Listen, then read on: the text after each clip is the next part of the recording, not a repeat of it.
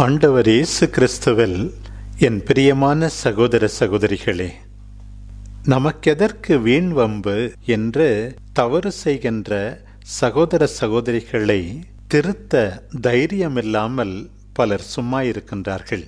அதுவும் பொறுப்பில் உள்ளவர்கள், பெற்றோர்கள், ஆசிரியர்கள் இவ்வாறு நடந்து கொள்கின்ற போது அவர்களிடம் ஒப்படைக்கப்பட்டவர்கள் உண்மையாகவே தவறான பாதையிலே வேரூன்றி விடுகின்றார்கள். ஏன் நண்பர்கள் கூட ஒருவர் ஒருவரை திருத்த கடமைப்பட்டுள்ளார்கள். இதைத்தான் திருவள்ளுவர் நகுதற் பொருட்டன்று நட்டல் மிகுதிக்கண் மேற்சென்றெடித்தற் பொருட்டு என்றுரைத்தார். சிரித்து மகிழ்வதற்காக அல்ல நட்பு, அளவுக்கு அதிகமாக செல்லும்போது அவர்களை கடிந்துரைத்து திருத்த வேண்டியது நண்பர்களுடைய கடமை என்றுரைத்தார். ஆண்டவர் தன்னுடைய மக்களை இறைவாக்கினர்கள் வழியாக திருத்துகின்றார். சில நேரங்களில் கடிந்துரைக்கின்றார். இன்னும் சில நேரங்களில் அவர்களுக்கு வர இருக்கின்ற தண்டனையை பற்றியும் எடுத்துரைக்கின்றார். 2ஆம் யெரோபாவின் ஆட்சி காலம். அமர்சியா என்பவன் பெத்தேலில் தலைமை குரு. பொருளாதாரத்தில் வளர்ச்சி கண்டு என்ன பிரயோசனம்? கடவுளை மறந்துவிட்டார்கள். ஏழை எளியவரை ஒடுக்கி பணக்காரர்கள் தங்களையே வளர்த்து கொண்டார்கள். அதிகாரம் படைத்தவர்கள் சமூகத்தில் ஓரங்கட்டப்பட்டவர்களை பற்றி கண்டுகொள்ளவே இல்லை. இதை பார்த்து கொண்டு இறைவன் சும்மா இருப்பாரா? யூதா பகுதியிலிருந்து ஆமோஸை தேர்ந்தெடுத்து இஸ்ரேலுக்கு அனுப்புகின்றார். அவருடைய போதனை அரசனுக்கு பிடிக்கவில்லை. குருவாகிய அமர்சியாவுக்கு பிடிக்கவில்லை. குருவாகிய அமர்சியா இஸ்ரேல் அரசனிடம் என்ன சொல்லி அனுப்புகிறான் என்று பாருங்கள். ஆமோஸ் உமக்கு எதிராக சதி செய்கிறான். அவன் சொல்வதையெல்லாம் இந்த நாட்டால் தாங்க முடியவில்லை. நீ வாளால் மடிவாய். உனது நாட்டை விட்டு இஸ்ரேல் மக்கள் அடிமையாய் கொண்டு போகப்படுவார்களாம் என்றெல்லாம் ஆமோஸ் சொல்லுகிறான் என்றுரைக்கின்றான். இன்னொரு பக்கம் அமர்சியா ஆமோஸை பார்த்து, யூதா நாட்டிலிருந்து வந்தவனே, அந்த யூதா நாட்டுக்கே ஓடிவிடு. அங்கு இறைவாக்கு உரைத்து உன் பிழைப்பை தேடிக்கொள். நீ பெத்தேலில் இருக்கவே கூடாது. ஏனென்றால் பெத்தேலில் நடக்கின்ற சிலை வழிபாட்டுக்கு, கடவுளின் பெயரால் அங்கே நடக்கின்ற வியாபாரத்துக்கு ஆமோஸ் சவுக்கடி கொடுத்தார் என்பதற்காக. ஆமோசனுடைய பதிலை பாருங்கள். நான் இறைவாக்கினன் அல்ல, இறைவாக்கினர் குழுவில் உறுப்பினனும் அல்ல.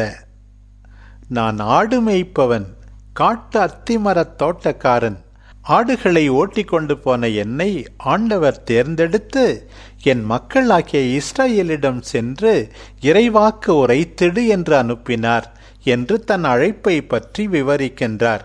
வேறு வார்த்தையில் சொல்ல வேண்டுமானால், நான் இறைவாக்கினராக தேர்ந்தெடுக்கப்பட்டது பிழைப்புக்காக அல்ல, அது அழைப்பு. ஆண்டவர் என்னை தேர்ந்தெடுத்தார் என்று தன்னுடைய அழைப்பை பற்றி எடுத்துரைக்கின்றார் ஆமோஸ். அச்சமில்லாமல், பயமுறுத்தலுக்கு அஞ்சவில்லை. மௌனமாயிரு என்று அரசன் சொன்னாலும் தலைமை குரு சொன்னாலும் அவர் கேட்பதாக இல்லை. சமூக நீதிக்காக துணிச்சலோடு போராடுகின்றார். மனிதருக்கு கீழ்ப்படிவதை விட கடவுளுக்குத்தான் கீழ்ப்படிய வேண்டும் என்று துணிந்து மீண்டும் ஆமோஸ் பேசுகின்றார். துணிச்சலோடு மீண்டும் அவர் அமர்சியாவுக்கு சொல்லுவதை பாருங்கள். நீ வேற்று நாட்டிலே மாண்டு போவாய். உன் மனைவி நகரில் விலைமகளாயிருப்பாள். உன் புதல்வர் புதல்வியர் வாளால் மடிவர். உன் நிலபுலம் பங்கு போட்டு கொள்ளப்படும். மக்கள் அடிமைகளாக வேற்று நாட்டுக்கு கொண்டு செல்லப்படுவார்கள். ஆமோஸ் அஞ்சவில்லை.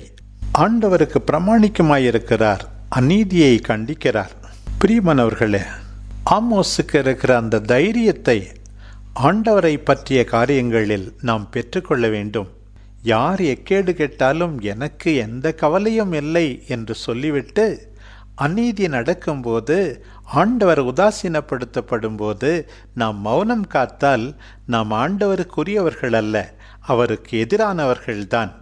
தன் உயிரையும் ஒரு பொருட்டாக மதியாமல் ஆண்டவருக்கு பிரமாணிக்கமாயிருந்து அவருடைய வார்த்தையை அறிவித்த ஆமோஸை பின்பற்ற நாம் எல்லாரும் தயங்கக்கூடாது. இன்னொரு பக்கம் இன்றைக்கு எத்தனையோ இறைவாக்குனர்கள் நம்முடைய மத்தியில், நம்முடைய பெற்றோர்கள் வழியாக, ஆசிரியர்கள் வழியாக, அருள் பணியாளர்கள், அருள் சகோதரிகள் வழியாக நாம் செய்கின்ற தவறை அவர்கள் எடுத்து கூறும்போது நமக்கு சங்கடமாக இருக்கிறது என்பதற்காக அமர்சியாவை போல, அரசனை போல அவர்களை நாம் துரத்தக்கூடாது.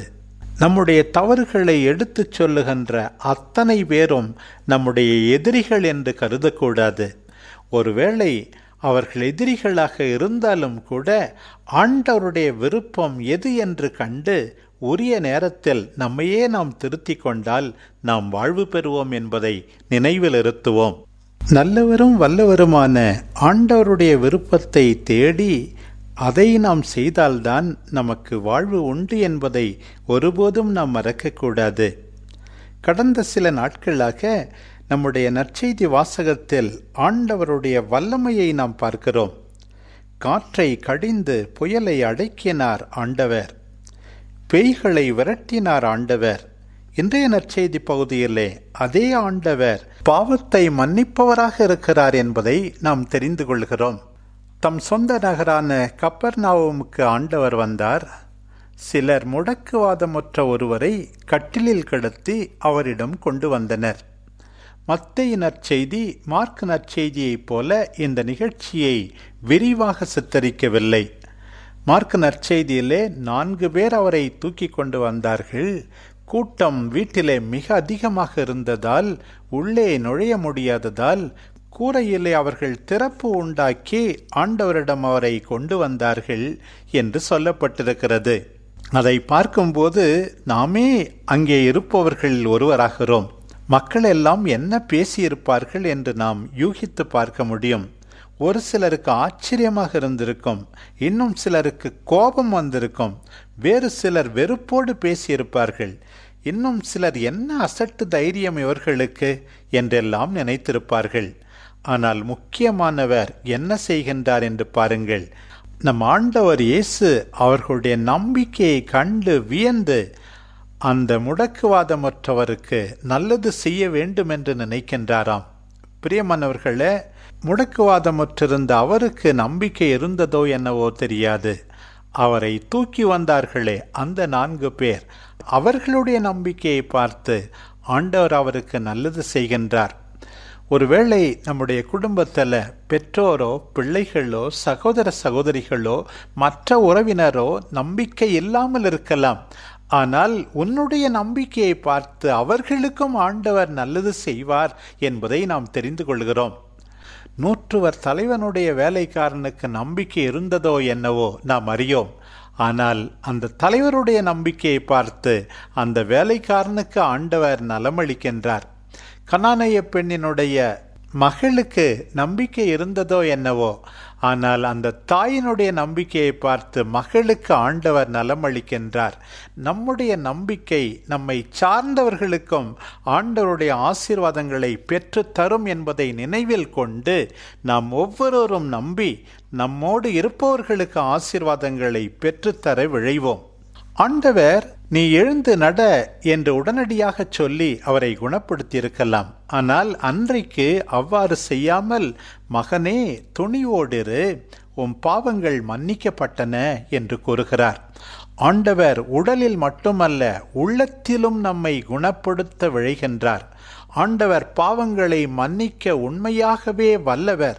சில நேரங்களில் பல்வேறு துன்பங்களுக்கு காரணம் பாவங்கள் தான் எனும்போது அந்த பாவங்கள் மன்னிக்கப்பட்டால்தான் துன்பம் நீங்கும், நலம் கிடைக்கும் என்பதை ஆண்டவர் உணர்த்துகின்றார். உண்மையாகவே பாவங்கள் மன்னிக்கப்பட்டன என்பதை நிரூபிப்பதற்காக முடக்குவாதமுற்றவரை பார்த்து நீ எழுந்து உன்னுடைய கட்டிலை தூக்கி கொண்டு வீட்டுக்கு போ என்றார். அவரும் எழுந்து தமது வீட்டுக்கு போனார். ஆண்டவருடைய வல்லமையை பாருங்கள். பிரியமானவர்களே, இன்றைக்கு உடலில் மட்டுமல்ல, அதைவிட அதிகமாக உள்ளத்திலே வேதனை. நாம் எல்லாரும் திகைத்து கொண்டிருக்கிறோம். நிம்மதி வேண்டும் என்று அலைகின்றோம். உண்மையாகவே இவற்றையெல்லாம் வழங்கக்கூடியவர் நம் ஆண்டவர்தான். நம்முடைய பாவங்கள் அனைத்தும் மன்னிக்கப்பட்டால்தான் நமக்கு நிரந்தரமான நலம் கிடைக்கும் என்பதை உணர்ந்து கொள்வோம். அந்த ஆண்டவரிடம் நம்மையும் நம்மை சார்ந்தவர்களையும் உலகம் அனைத்தையும் ஒப்படைப்போம். ஆண்டவரே, அன்றைக்கு முடக்குவாதமற்றவருக்கு நலமளித்தது போல முடங்கி போய் படுத்து கிடக்கிற இந்த உலகத்துக்கு நலமளியும். உலகத்தார் அனைவருடைய பாவங்களையும் மன்னியும். அன்றைக்கு மக்கள் கூட்டத்தினர் நலமளித்த உம்மை கண்டு, அதைவிட முக்கியமாக பாவத்தை மன்னித்த உம்மை கண்டு கடவுளை போற்றி புகழ்ந்தார்களே, அதே போல மூவொரு கடவுளை போற்றி புகழும் வண்ணம் எங்கள் எல்லாருக்கும் நலமளியும் ஆண்டவரே என்று உருக்கமாக வேண்டிக் கொள்வோம். ஒரு பக்கம் அநீதியோடு நாம் சமரசம் செய்து கொள்ளாமல் அதை எதிர்த்து நிற்பதில் துணிந்திருப்போம். இன்னொரு பக்கம் நம்முடைய தவறு சுட்டி காட்டப்படும் போது உண்மையாகவே மன வருத்தப்பட்டு ஏற்றுக்கொண்டு சரியான பாதையில் செல்வோம். ஆண்டவரிடம் நம்முடைய பாவங்களுக்காக மன்னிப்பு வேண்டுவோம். ஆண்டவரால் மன்னிக்கப்பட்டு முழுமையாக நலம் பெற்று ஒவ்வொரு நாளும் ஆண்டவருடைய விருப்பத்தை செய்வோம். ஆமென்.